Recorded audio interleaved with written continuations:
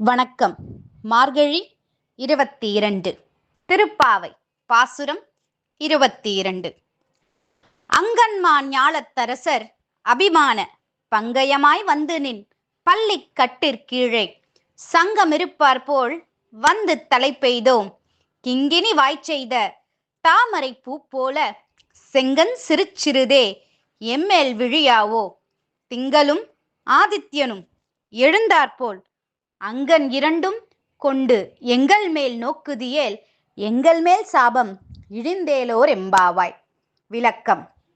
கண்ணா, எங்களை விட உயர்ந்த வீரர்கள் இருக்கிறார்களா என தங்களை பற்றி பெருமையடித்துக் கொண்டவர்களும் இந்த பரந்த பூமியை ஆட்சி செய்தவர்களுமான அரசர்கள் மிகுந்த பணிவுடன் உன் பள்ளி கொண்டுள்ள கட்டிலை சுற்றிலும் சத் சங்கத்துக்கு வந்த பக்தர்கள் போல் காத்து நிற்கிறார்கள்.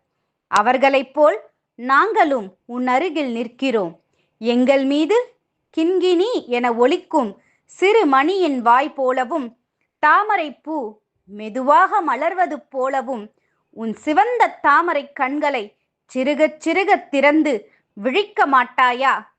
சந்திரனும் சூரியனும் உதித்தது போல அந்த கண்களை கொண்டு எங்களை பார்ப்பாயானால் எங்கள் மீதுள்ள எல்லா பாவங்களும் சாபங்களும் தீர்ந்து விடுமே. நன்றி, வணக்கம். ஸ்ரீ ஆண்டாள் திருவடிகளே சரணம்.